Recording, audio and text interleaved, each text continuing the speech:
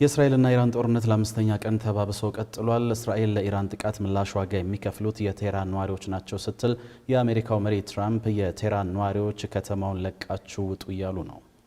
በሌላ በኩል ማስጠንቀቂያው የተቀናጀና ኢራን ላይ ጫና ለመፍጠር የተመታ መላ ነው እየተባለም ነው። ለመሆኑ ጦርነቱ ተባብሶ ቢቀጥል ምን ሊፈጠር ይችላል? በዚህ ዙሪያ ግርማ የከበደ ያዘጋጀው የዜና ትንታኔ ያለ ምስሌ ሀሺም ታቀርበዋለች።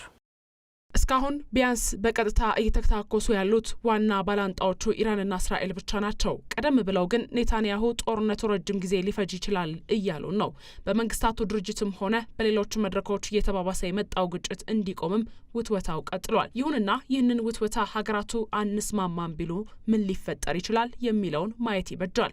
እንግዲህ ጦርነቱ አልቆም ካለ የምን ጆሮ አይሰማውና አካባቢውም ሆነ ዓለማችን ተከታዮቹን እውነታዎች ታስተናግዳለች ይላሉ ባለሙያዎቹ። እስካሁን አሜሪካ በጦርነቱ እጇ እንደሌለበት ምላ ብትገዘትም ኢራን ግን ፈጽሞ አታምናትም። እናም አሜሪካ እስራኤልን በድብቅም ቢሆን መደገፏ በእጅጉ ግልጽ ነው። ቴህራን ከወዲሁ እየዛተች እንዳለችው ደግሞ ጦርነቱ ከከፋ በቀጠናው ያሉ የአሜሪካም ሆነ እንደ ብሪታንያ ያሉ ሀገራት ጥቅሞችንም ሆነ ጦር ሰፈሮች ሻሃዲድ የተባለው አይምሬ ሚሳኤሎችን ሲሳይ ልታደርጋቸው ትሻለች። በኢራቅ ያሉ የአሜሪካ ልዩ ኮማንዶ የጦር ሰፈሮች ወይም በፋርስ ባህር ሰላጤ የሚገኙ የጦር መደቦች ሁሉ ለቆሰለችው ነብር የጦርነት ግብር ሊከፈሉ ይችላሉ። ይህንንም በመፍራት ይመስላል ከአርቡ ግጭት መቀስቀስ በፊት ዩኤስ አሜሪካ በአካባቢው የኃይል አሰላለፍ ማስተካከያ ስታደርግና ቀበቷንም ስታጠብቅ የሰነበተችው። እንደውም አንድ የቢቢሲ ዜና ትንታኔ እንደሚገምተው በኢራን የቴልአቪቭ ጥቃት አንድ አሜሪካዊ ቢገደል ፕሬዚዳንት ትራምፕ ጦርነቱን ዘው ብለው መቀላቀላቸው አይቀሬ ነው።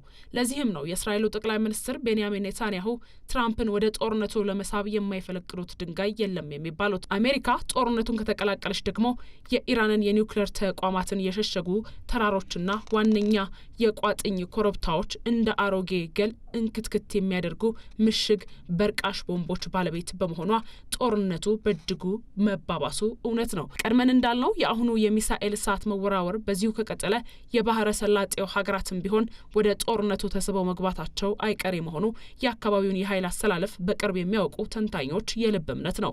ጦርነቱ ከቀጠለ ኢራን በገደምዳሜ የሆነ በፊት ለፊት ከእስራኤልም ሆነ ከምዕራባውያን ጋር ቆመዋል ያለቻቸውን ሀገራት ማጥቃቷ የጊዜ ጉዳይ ብቻ ነው። በዚህ ረገድ በቀዳሚነት የመሰዋት በግ ሆና የምትቀርበው ጎረቤት ሀገር ዮርዳኖስ ናት። ሰሞኑን ኢራን ወደ እስራኤል የምታስወነጭፋቸው ሚሳኤሎችና ሰው አልባ ድሮኖች የእስራኤል የአየር ክልል ሳይደርሱ እችው ዮርዳኖስ ከወዲሁ መታ በመጣል በግልጽ ትታማለች። እናም ኢራናውያኑ ጥርስ መግባቷ እየተነገረ ነው። ከዚህ ቀደም ያለው የኢራን ታሪክ እንደሚነግረን የፈርሷ ሀገር ከምዕራባውያን ጋር ስትጋጭ የአካባቢው ሀገራት ላይ ጥቃት ትሰነዝራለች።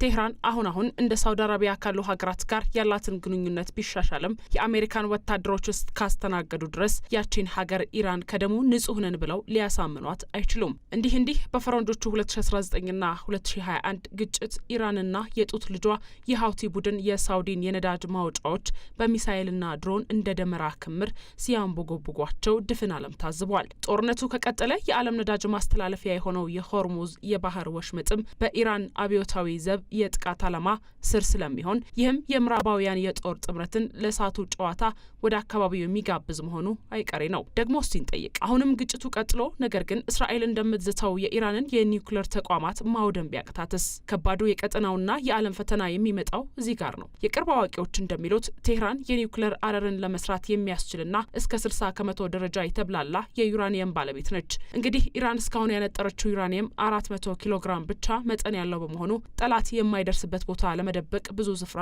የሚፈልግ አይደለም። በሌላ በኩል ይህ 400 ኪሎ ግራም ንጥረ ነገር እስከ 10 የኒውክሌር አረሮችን ለመስራት በቂ በመሆኑ አይቀሬው የፍጻሜ ጦርነት ከመጣ ኢራን እስራኤልን 10 ጊዜ የመውደም አቅም ይኖራታል ማለት ነው። እናም የቀጠናው ፍጥጫም ሆነ እልቂቱ ከትናንት ይልቅ ገና ወደፊት ነው ብንልም እብለት አይሆንም። በሌላ በኩል ይህ ግጭት አንድ ልባት ካላገኘ ዓለም አቀፍ የኢኮኖሚ ቀውስ ሊከተል እንደሚችል መናገር የምጣኔ ሀብት ነብይ አያሰኝም። ከዓለማችን ዋነኛ የነዳጅ መተላለፊያዎች መካከል ኢራን የምትጎራበተው ወይም በቀላሉ የምትቆጣጠረው የሆርሙዝ ሰርጥ ዋነኛው ነው። ምንም እንኳን እስካሁን ባለው ግጭት የሆርሙዝ ሰርጥ የነዳጅ ጫኝ መርከቦች መስተጓጓያ ባያጋጥምም በዓለም ገበያ አርብ ዕለት ነዳጅ ዋጋ መጨመሩን ሰምተናል። ትናንት ደግሞ እንደገና ዋጋ ተረጋጋ ብለውናል። ይሁን እንጂ ጦርነቱ ቀጥሎ የሆርሙዝ የባህር ወሽመጥ ከተዘጋ የነዳጅ ዋጋ በ300% ሽቅብ እንደሚሆን ነው የባለሙያዎች ቅድመ ስሌት የሚነግረን። ይህንን ዋጋ ደግሞ ያጡት የነጡት አይደሉም፣